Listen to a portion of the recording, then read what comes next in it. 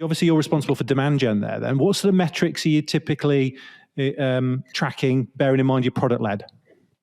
Yeah, so for us in demand, the two things we're looking at are the number of trials and the number of marketing qualified leads. So we have been discussing a lot about metrics and what are we looking at as a team in a department, and we're building the analytics infrastructure now to then be able to look better at revenue and pipeline and how that ties back to different marketing activities going forward. But then for us in demand, because we have two buying flows, I would say there is the self-serve no touch checkout, and then there is the sales assisted more human interacted checkout as well. So trials for our products give a good indicator of actually both of those, because people who start a free trial for Supermetrics, you can try our different products for 14 days. You do have the option to, if you want to buy, to check out self-serve or to discuss and get some help, maybe have a demo or jump on a call and figure out some things about the product.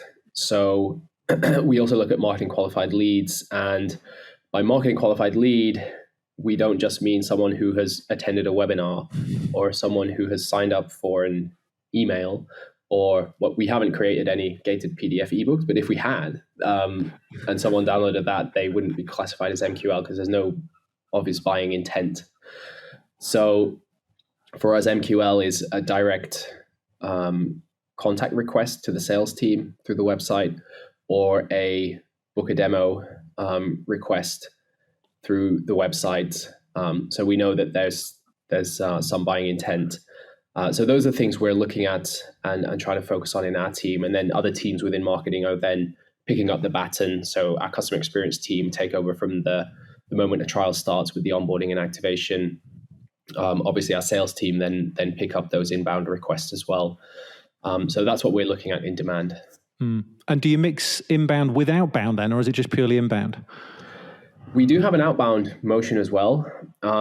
Majority of our business is marketing and inbound driven.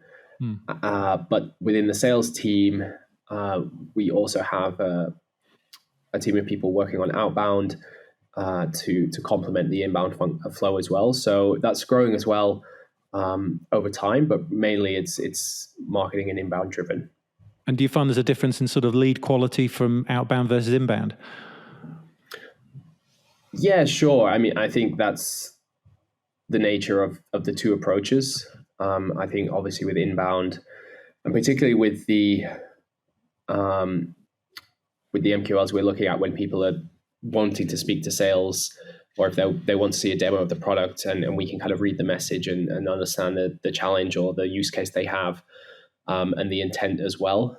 And then with outbound, there's obviously a lot of good opportunities there as well. And the sales team have been doing a really good job to build out those practices, and people have been brought in with strong outbound experience and have kind of found good ways to apply the outbound playbook. So I think as well, it can be a little more hit and miss when you're doing outbound, which is just the nature of the game. But I think as well, this is also why we in marketing need to start doing a better job up funnel and at the top of the funnel and on the awareness and the brand piece, because that in turn makes outbound easier if we're already visible and if people might have heard of us and if we're speaking about the right things.